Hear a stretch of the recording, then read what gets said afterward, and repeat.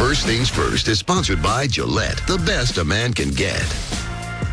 Hi, everyone, and welcome to First Things First. As always, I'm Jenna Wolf. As always, that is the Hall of Famer Chris Carter. This right here is Nick Wright.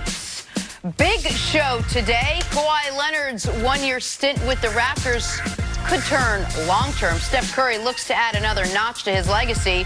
But why not start with Kevin Durant? Without a doubt, the most inflammatory question in the Bay Area.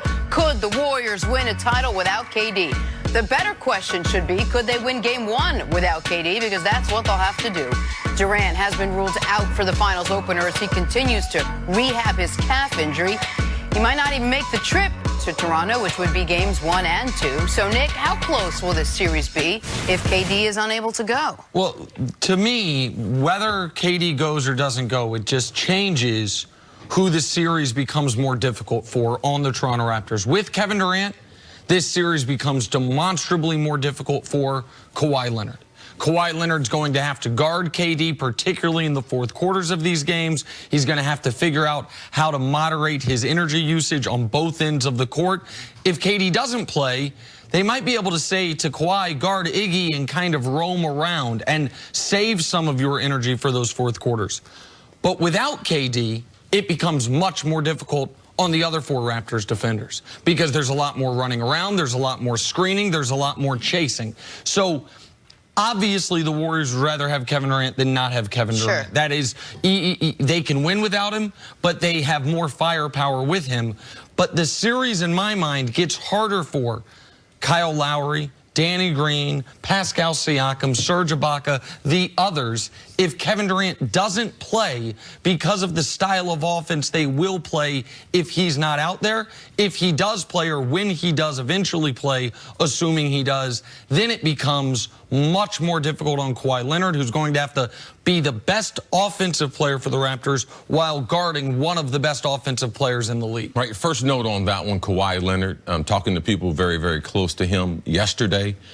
They feel as if Thursday night in game number 1 in the NBA Finals, this will be the healthiest that Kawhi has been in a long period of time. So they are looking forward to that. I think that's a very important note. And does that include the leg soreness he's had in the last couple games in the last series? Yeah, overall, he's had some tendonitis in his left knee. And typically, Jenna, you know this, training, you have one side of your body, you start to overcompensate, so then something starts to flare up on the other side. He had a problem with his right quad in game number 3, was able to get through game number 6, but it was important that they got finished in 6 games compared to 7, so Kawhi could get more rest. And with them clinching at home, they didn't have to travel, so all that was able to help him out.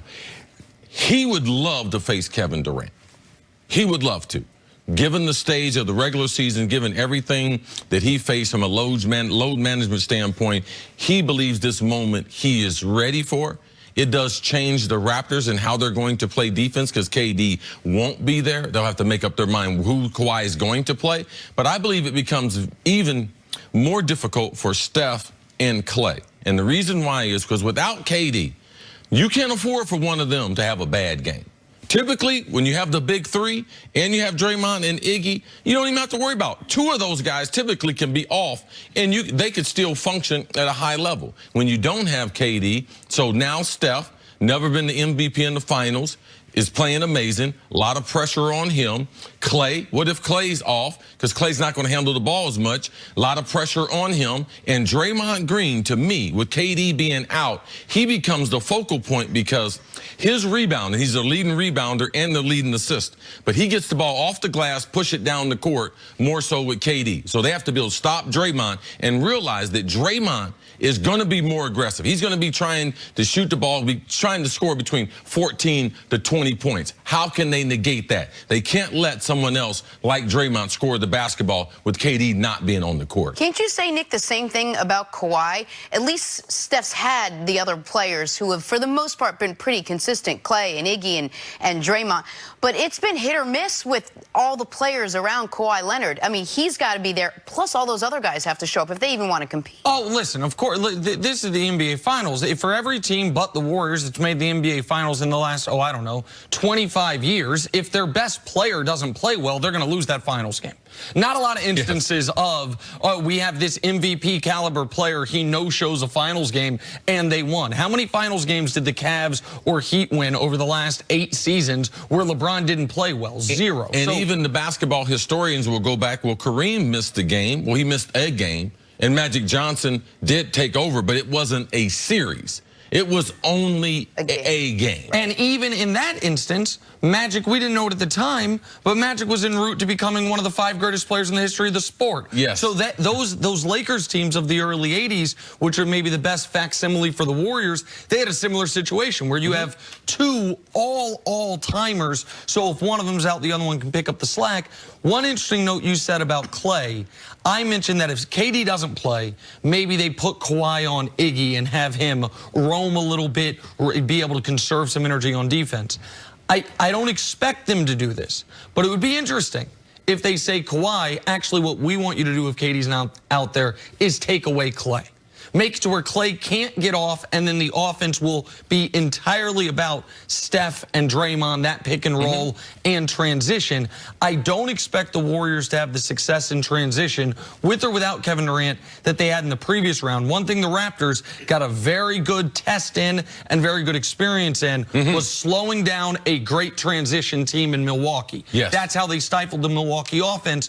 So I don't think Draymond barreling down the court, getting, It won't catch them by surprise. Absolutely. Absolutely. And I think that they won't have as much success with that against Toronto as they did against Portland. One of the key ingredients, I like the fact that potentially Kawhi taking away Clay to be able to negate him from going off and potentially getting 30. But I want to see if Toronto, if it takes them 2 or 3 series during the game with Steph, are they going to trap him? Are they going to play off the pick and roll?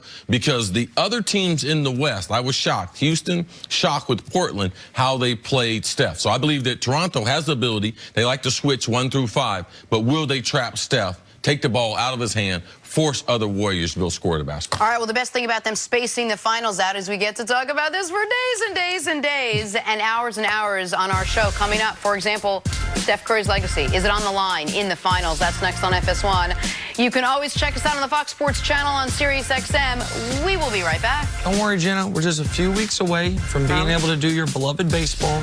We'll get to